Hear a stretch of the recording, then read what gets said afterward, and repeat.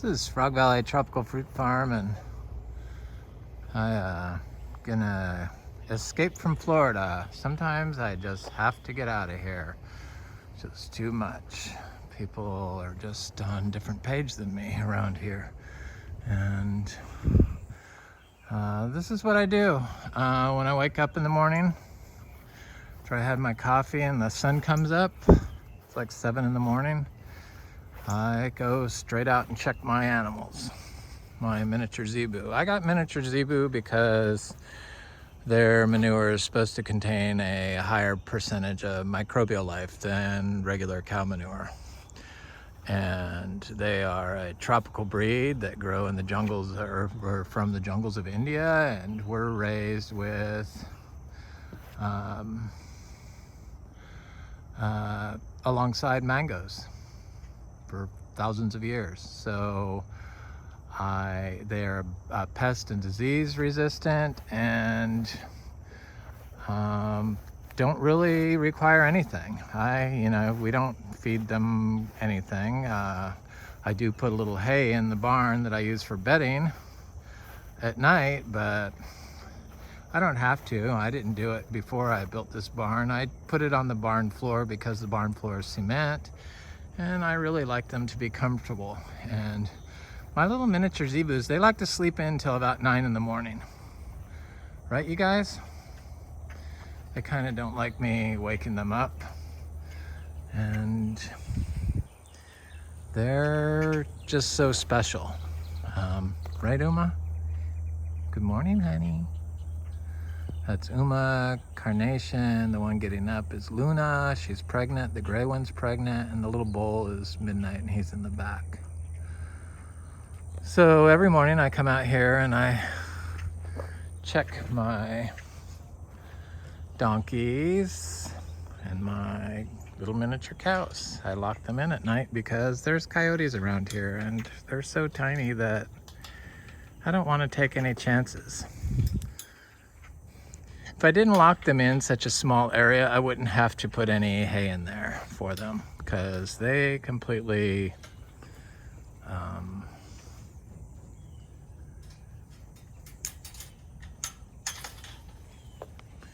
live off grass. They're really sweet. This is little Luma. She's a yearling heifer, and she's probably the best heifer we have. That's Luna. She's pregnant. She's probably the sweetest one we have. They're like little dog people, and they're really special. And you don't use them for meat. Their milk is like goat's milk, so it's a A2 milk, high in protein, and supposed to be elixir for life. But she's like a black, red, and white, and she is a black, red, and white. She's gorgeous, Miss Luna, and she's got lots of speckles, mostly on her belly, but she likes to give kisses, and they love attention, and there's something about them. It's almost like they can read your soul. They like to sleep in. Midnight's darling, he's super sweet.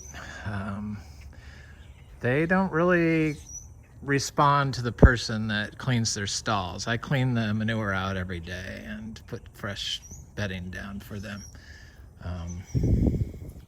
They don't bite, they don't kick, they don't step on you, they don't push you, they're just really incredible little beings that are good around kids and old people, so they work out good for me. So this is their little area that they live in. I imagine they're gonna have babies in here. We have babies that are gonna be due in January and February, and these have been dehorned, which is against biodynamic management. We are not going to dehorn any of our babies. We are going to rehome our babies because I don't want thousands of cows and other people want biodynamic cows, but these are show quality miniature Zebu, so I got the best lines I could possibly find, and they're not cheap. They're like, the babies start at $2,000 for the heifers. You can get a bull for less money, but I'm not selling them for less than $2,000, the babies. And kind of the speckled one is kind of what people are looking for today. They want the red and white. And these are all Foundation Pure registered Zebu from Swede lines. And she is just like so sweet. You're so sweet, Uma.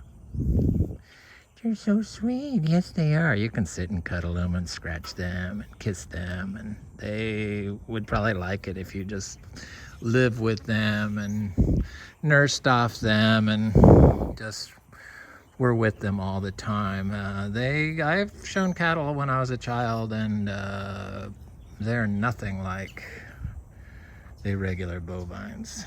Poor Luna's really looking pregnant. Little Uma, you'll be pregnant next year sometime, I'm sure. Yes, you will. But she's out of a bull called Speckled Baron, and he's a totally speckled, gorgeous bull from Rick Bogle. And then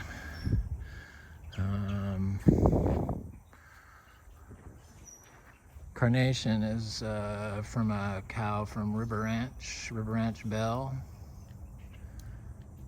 And she turns dark steel gray in the winter. She's starting to turn that gray now. She's kind of like top female cow hair. Midnight, he's like 30 inches tall, and he's a black, red, and white. And he's just like a dog. He doesn't have a mean bone in his body, and never looks at us as a threat. I've never felt intimidated by him, even when he's breeding the cows. There's just something special about these miniature Zebu. I always wondered why the guy that I got him from always looked so happy, and then I realized it's because of the miniature Zebu. So that's kind of all I do. I clean the crap and then I redistribute it. And that's all you have to do with the miniature Zebu. Fresh water, clean place to live, and good pasture. Right, you guys? Go back to bed. Sorry to wake you up. So I have to check some of the fruit trees that I have that have fruit that's probably going to ripen while I'm gone. As you can see, we have thousands of birds here. I have Jack Russells, so we don't have chickens. Otherwise, I probably would have chickens. But I don't eat meat, so I don't eat a lot of eggs. Mostly a vegan. It seems to work for my health. But I have this Quaimuk tree over here that's, you know, I've been waiting to get to Quaimuk for fruit for 10 years, and finally this year we have 2 trees that produce fruit and held on to it. And the seed grown tree the fruit is already done. I got 1 fruit off of it, and it was very good, so I was quite excited. And so I wanted to just see, probably while I'm gone, it's going to ripen up this fruit. And I'm really the only one that does anything here as far as the tropical fruit go. But the fruit is quite big. As you can see, it's hopefully is going to hang on until I get back from Santa Monica. For some reason, the people here in Florida, they just don't believe in organic, and it's a real shame, because that organic tropical fruit could revive Florida's agricultural reputation. Growing organic in Florida is the easiest place I've ever grown food. I know they say the complete opposite, but that's just not true. And I've grown organically all over the US, New York, Louisiana, California, and the tropical fruit, like this sapote that looks like it may or may not ripen while I'm gone. This one probably won't, but I guess because it's so new from the wild, a lot of this fruit, and because mangoes have historically been grown organically for long periods of time in India, it's just so easy here, and really you don't have to do anything, and just put down some manure and let your orchard floor grow. I still see a lot of people with lawns. I see their standing water. I just don't really understand the whole lawn mowing thing. We do know that the lawns cause compaction and decrease your fertility in your soil, but people just around here in Florida, they just deny, they just don't believe, and that's their answer. They don't believe it. They put their trust in chemicals and God, it seems, is kind of what I hear. And the answer is truly nature. It truly is. Okay, so I already got the cashew fruit, but this is what I do. I kind of don't have to do any work. You don't have to do anything to the tropical fruit once you have your biology in. That's a totally self-regenerating agricultural system. What's possible here in Florida? Y'all know we don't have to water our stuff. The only people that have to water are people that use chemicals. We got a bunch of... you have to use water when you use chemicals. And then you have to apply calcium. Totally stupid in Florida to have to do that. You only have to do that if you're a chemical farmer. They've rebranded organic as no better than chemical farming, and unfortunately the people that don't know how to do research haven't caught on to that being a lie, basically. So I guess I should pick some of these before I leave, because they're obviously all going to be ripe by the time I get back, and they're very good.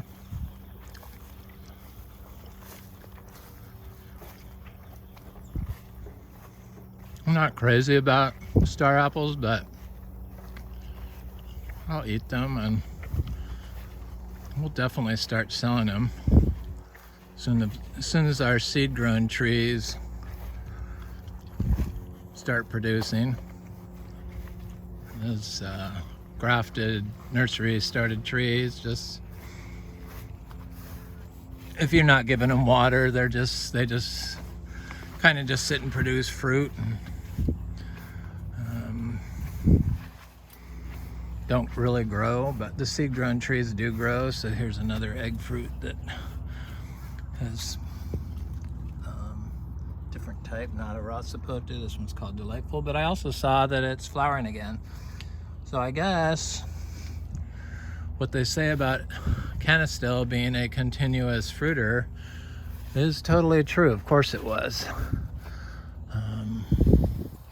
But hopefully that little fruit will be here. That's the first time that tree has fruited.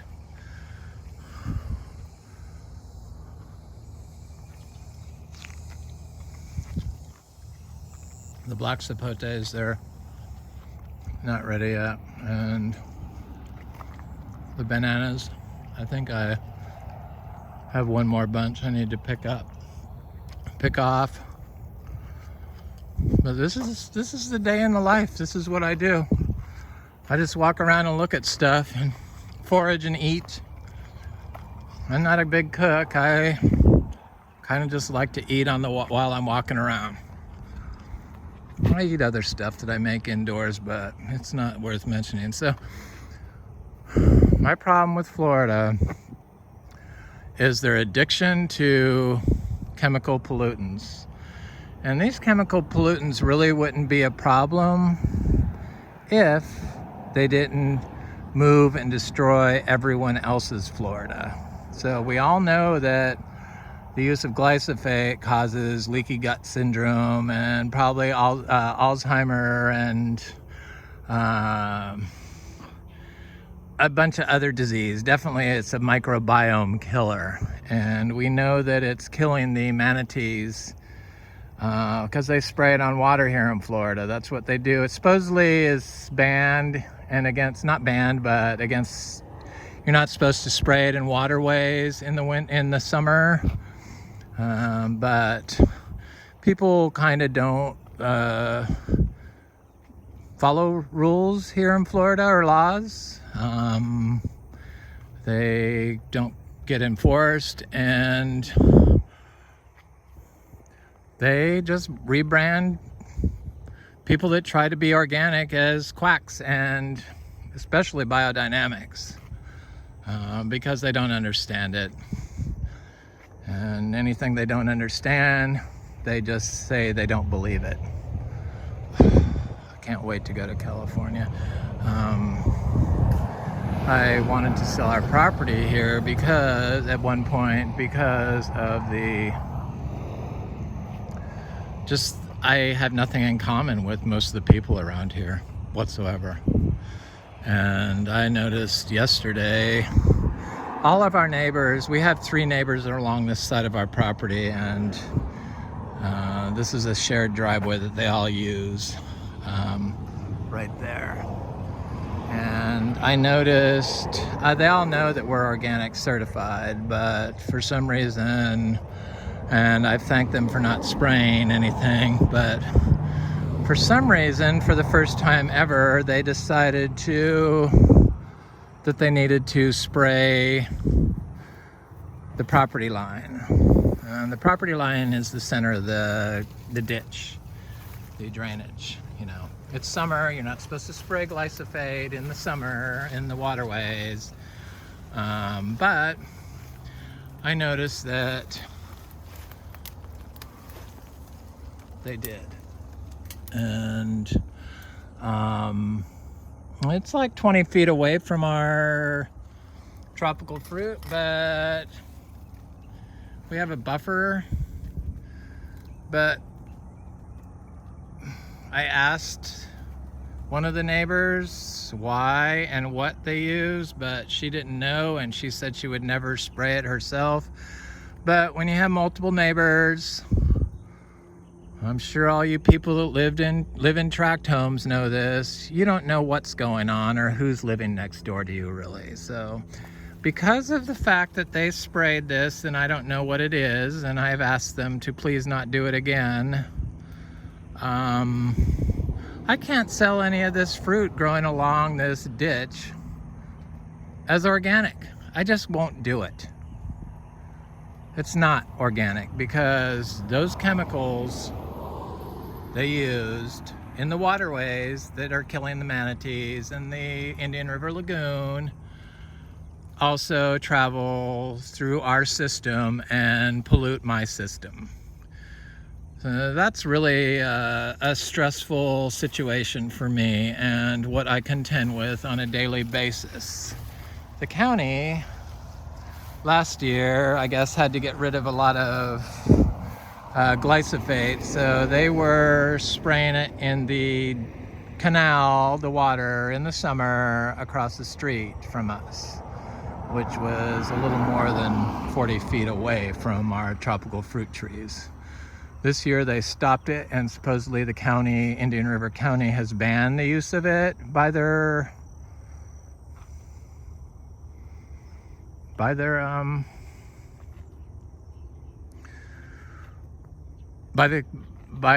the county government. So farm as a practice. We know that it's killing the manatees and it's destroying Florida, and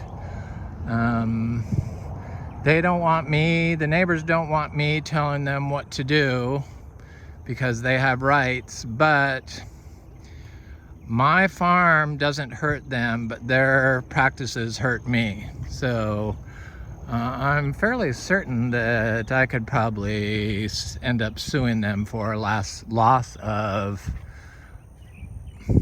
income to my organic farm that I'm trying to establish here to fix Florida's problems. I really wish somebody would step up and offer me a sum of money to force me to move for this farm. I get lots of people that write letters and say they want to buy this farm and blah, blah, blah. A lot of people that write and say they want to come visit in Florida, but 99% of them don't even bother showing up.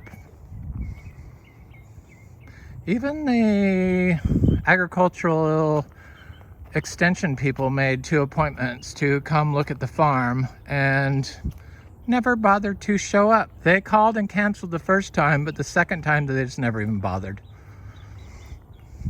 I have real issues with Floridians, and I know it's not all of them, but a lot of them that I come in contact with, it's a problem with me, and that's kind of why we don't entertain here.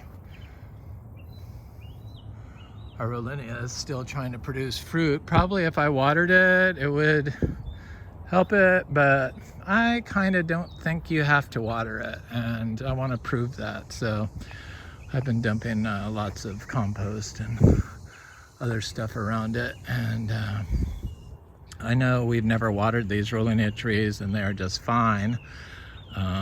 So they're gonna fruit for us probably next year, I would guess, but they're not fruiting right now.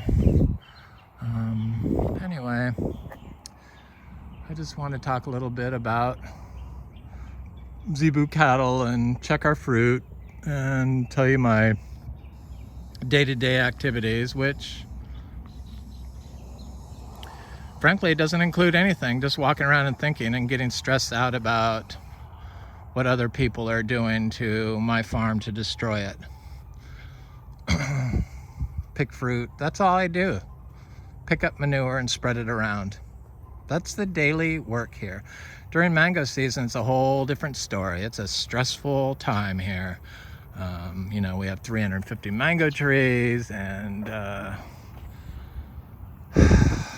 we have to sell fruit because when you have an agricultural exemption on your property, you don't have to pay any property taxes, which is a huge thing. And then you don't have to pay a lot of taxes on a lot of the stuff you do, like your cows and stuff like that, if you buy hay for them, and everything is basically tax-free. So you have to show an income, and so we have to sell fruit, and the mangoes were the first to step up and start giving us enough fruit to sell. So anyway, it's Frog Valley Tropical Fruit Farm. I probably might only make one small video tomorrow on fruit tasting, but that'll be it for, I don't know, I'm gonna go on a short trip to Santa Monica.